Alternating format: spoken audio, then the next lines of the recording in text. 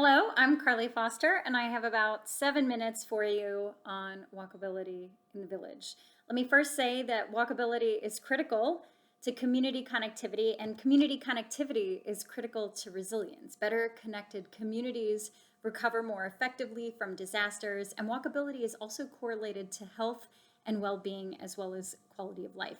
I only have 7 minutes, so I'm going to talk about walkability to necessities. A key element of walkability is where are you actually going to and for what purposes. I'm going to talk about sort of sidewalks versus other solutions, and then I'm going to talk quickly about sort of a case study on South Street Extension. So first, walkability to necessities. So while the village is a small community with a lot of the urban core walkable, any resident must drive quite a distance, at least a couple miles, in order to have their basic needs met. Things like groceries are not easily come by in the village. We do have the farmers market, and that is available during the warmer months, but only during certain times of the year, and it's only one time per week. So we do need to create a situation in which any resident could walk to have their basic needs met in the village. Some of the tensions here are obviously that, we live in a free market, and so what folks feel like is going to make sense for them to invest in is, that's where it goes. It can also be expensive to sell food, and real estate can be expensive. But there are also opportunities in this space. There's been a lot of talk about having a welcome center. Some creative ideas have come up in the Comprehensive Plan Committee about having kiosks that vendors could come and sell food, and also maybe leveraging some of the underutilized space that we have downtown, perhaps incentives for certain uses. Sidewalks versus other solutions. So one of the things that I've learned during my time as a planner is that when people ask for something specific, there's always a need behind that request. And so when I hear people talk about sidewalks, for example, they often pair that information with concern about the speed of vehicles, the ease and safety in moving around the community on bike or on foot. And sidewalks might not always work in all areas immediately because of space, cost, and maintenance concerns. And these are some potential solutions that could come into play. And it's also helpful to think about things as potentially happening in phases. So there could be some temporary solutions that eventually, over time, as we resolve some of what people perceive as obstacles, could be resolved.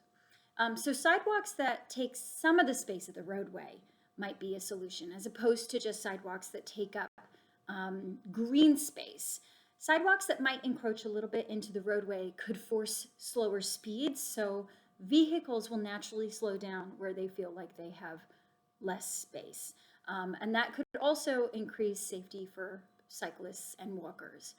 Putting sidewalks on just one side of the road where space might be constrained, and these two could be partnered together. Making use of shared roadways. I know those are not always a popular solution, but in some areas they could be appropriate, especially where speed may not be an issue.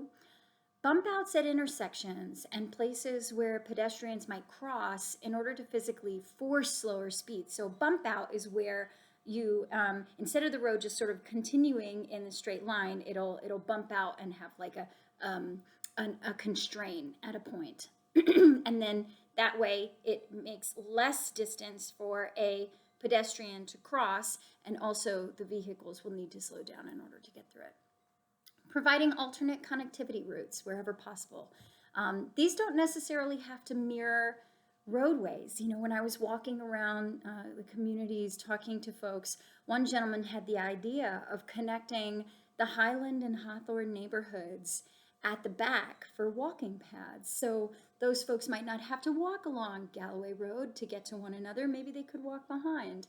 And there are several factors to consider in making the right choice about which approach is appropriate in any given area. Obviously, input and perspectives of residents, costs and funding of the various solutions, maintenance requirements and liabilities. I know the liabilities have gotten in the way in the past. Speed and roadway safety. Space available and also required for the proposed solution. It's a tall ask for residents with limited yard space to sacrifice more for a sidewalk? Could we take some of the roadway instead, as I mentioned before? And potential co-benefits of a solution as they relate to the needs of the area. Co-benefit is where, you get two for the price of one, basically. So what is the extent to which a solution could help reduce speed in areas where that's an issue, as well as provide a path for walkers and bikers? So the comprehensive planning process is exploring these solutions in each area.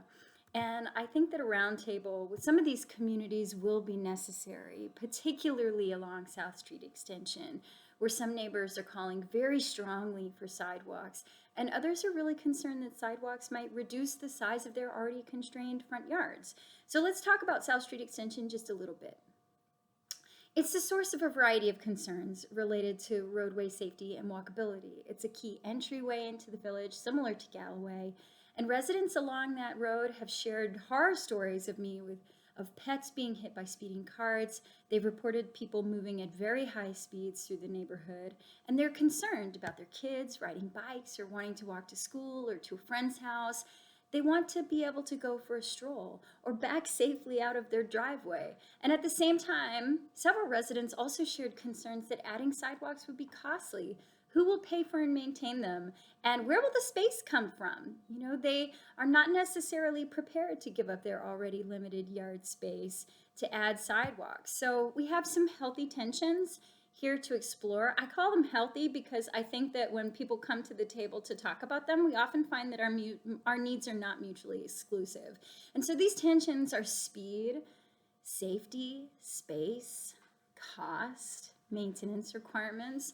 And one possible solution, for example, might address both speed and walkability by narrowing the roadway and putting a sidewalk along just one side of the road. I'm not 100% sure whether the solution could be designed to avoid any use of existing green space, but I think it could limit the impact. Another possible solution might be road sharing. That would need to be partnered with significant solutions to reduce speed to be done safely. So for example, maybe tabletop speed bumps, bump outs at intersections, those could be possible solutions. And this area is going to need its own engagement session that's carefully facilitated in order to explore potential opportunities and trade-offs, costs, funding options, and technical considerations and implications. So thank you very much. If you listened all the way through, I'm Carly Foster, running for trustee, and there's so many other things that we could talk about on this issue, but to keep it short, I've just touched on 3. I hope you'll come out and vote March 15th. Thank you.